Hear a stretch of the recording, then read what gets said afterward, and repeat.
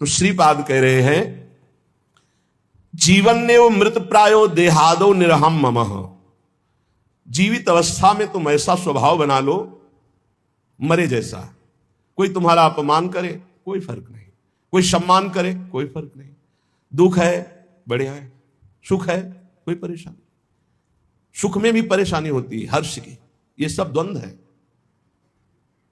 सुख और दुख, मान और अपमान, लाभ और हानि, निंदा और स्तुति, इन द्वंद्वों से जो परे है वो मृत प्राय जीवित है, वो जीवन मुक्त महापुरुष है।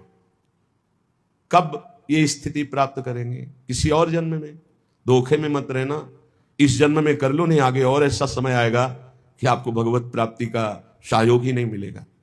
मान लीजिए जो आज के 30-40 वर्ष पहले बड़े बड़े महापुरुष थे, निष्ठावान, ब्रह्मबोध संपन्न, भगवत प्रेमी, वो अंतर ध्यान हो गए। कुछ ऐसे 1, 2, 4 फिर आगे समय आएगा मिलना मुश्किल हो जाएगा। बिना भगवत प्राप्त महात्मा के भगवत प्राप्ति असंभव है।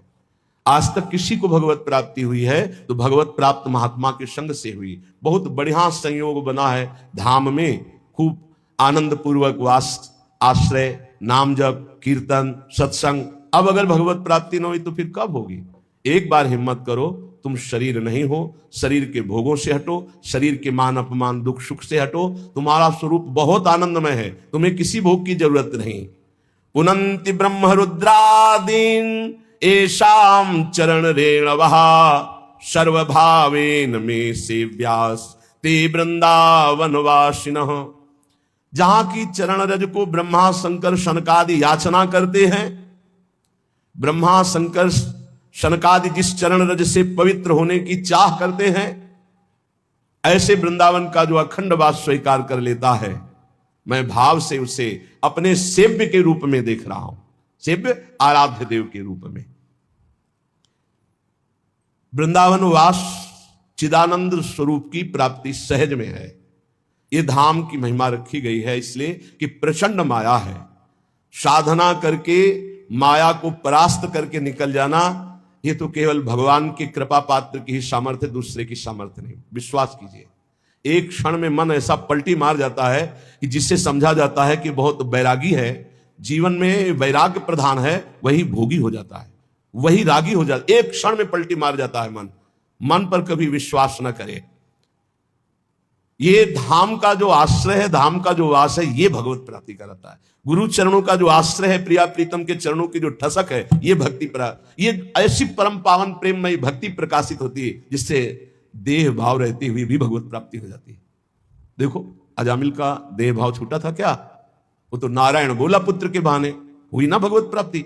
ऐसे ही हम देह भाव युक्त हैं, पर राधा राधा राधा राधा बोलेंगे, निश्चित भगवत प्राप्ति हो जाएगी। ये नाम की महिमा है, ये धाम की महिमा है। पर इसमें है कि जो दुख सुख आवे, शिकायत मत करो प्रभु से। हम ये देखते हैं कि अपने लोगों की भक्ति स्वार्थी भक्ति है। अनुकूलता में तो हम भगवान को भी मानते हैं, गुरु को भी मानते हैं और जय जयकार करते हैं, और प्रतिकूलता उनकी तरफ से नहीं, आपकी मानी हुई प्रतिकूलता है। प्रतिकूलता हुई तो भाव बदल गया, संसारिक भाव आ गया, भगवान के प्रति अश्रद्धा हो गई, गुरु के वचनों में अश्रद्धा। ऐसा नहीं होना चाहिए। नहीं, देखो भगवान ब्रह्मा जी जिनके दरबार में स्वयं वेद हाथ जोड़े खड़े रहते, वो सिद्धांत का वर्णन करते स्तुति में कह रहे कि तत्तेनुकंपाम, ये बड़ा अमृतमय श्लोक है और यही जीवन है, यही जीवन है। हर कष्ट शरीर के सहने की सामर्थ्य इसी भावना में होती है। ये बहुत अमृत है, इसको धारण कर लो, इसी से चैन से जी सकते हो। शरीर तो विविध प्रकार के क्लेशों का घर है। तत्तेनुकंपाम सुस्मीक्षमाणो भुंजान एवात्मकृतम विपाकम हृद्वार वपुर्भिर्विदधन नमस्ते जीवेत यो मुक्ति पदे सदाय भाग। ये अमृतमय श्लोक है। कह रहे हैं जो उपासक भारी कष्ट की स्थिति है, पर हर समय बड़ी कृपा है, बड़ी कृपा है, श्री जी की बड़ी कृपा है। तत्तेनुकंपाम सुषमीक्षमाणो, हर समय देखता है, बड़ी कृपा है। और सच्ची कहते हैं बड़ी कृपा है, कष्ट में बहुत कृपा है। अनुभव करो, तुम शरीर में अपनापन करके प्रभु से विमुख हो, इसलिए लगता है क्या कष्ट में कृपा हो सकती है? नहीं, बहुत कृपा है। ये वही जानता है जो भगवान की शरण में है।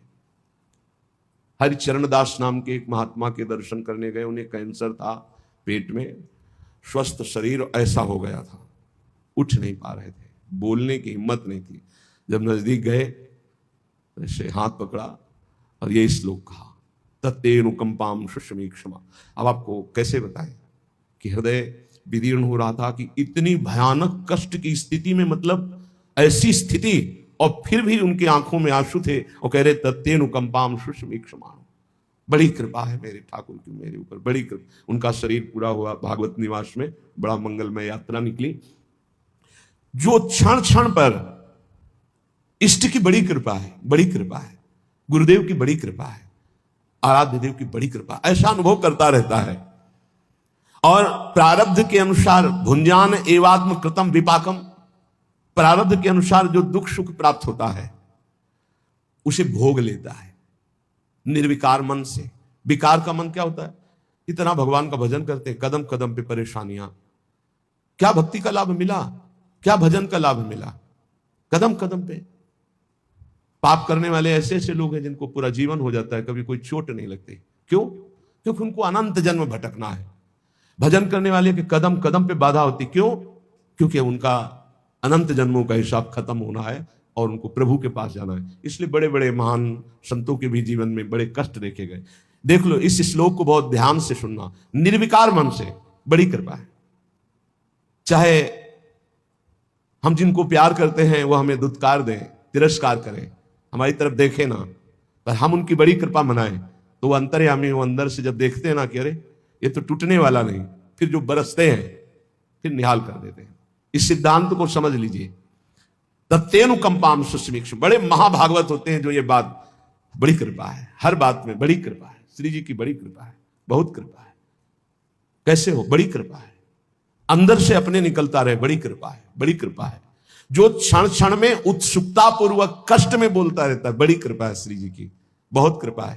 तो बोले बनावटी क्या बोले, कष्ट शरीर में वो करें, बड़ी कृपा है। नहीं, आप श्री जी के हुए नहीं इसलिए आपको ऐसा लग रहा है। नहीं, आप जब देखोगे ना तो जैसे बाहर आग लगी हो और अंदर एसी रूम में आप ऐसे बैठे हो जहां आग का प्रवेश ही नहीं, तो आप क्या बोलोगे? बड़ी कृपा है।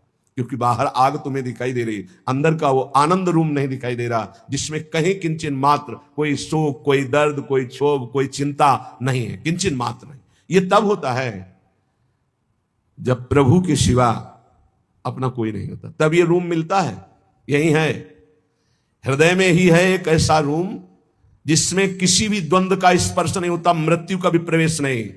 नैनम छिन्नन्त शस्त्राणि नैनम दहाति पावकः न चैनम क्लेदन्त्यापो न शुष्यति मारुता। बड़ा अद्भुत आनंदमय स्वरूप, क्षण क्षण में उत्सुकता पूर्वक के कहता रहता है बड़ी कृपा, बड़ी कृपा। भीषण पीड़ा और कष्ट में भी प्रारब्ध के अनुसार जो दुख सुख आ जाए, मान अपमान निंदा स्तुति मिले, निर्विकार मन से भोग ले, कभी भगवान से शिकायत ना करे। बड़ा मंगल विधान, बहुत बढ़िया सफाई हो रही, बहुत बढ़िया धुलाई हो रही।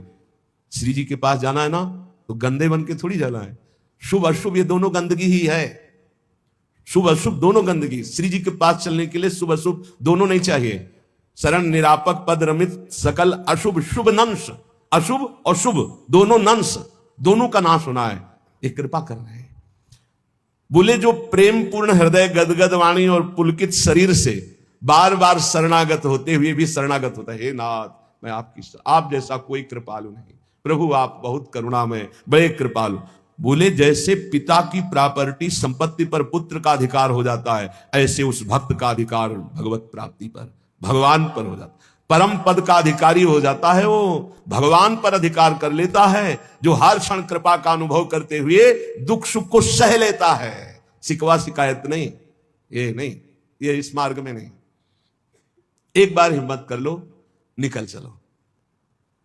सच्ची मानिए, भगवान के आश्रय से, भगवान की कृपा का अनुभव करने वाले को जो पद मिलता है वो किसी और साधना से नहीं मिलता है।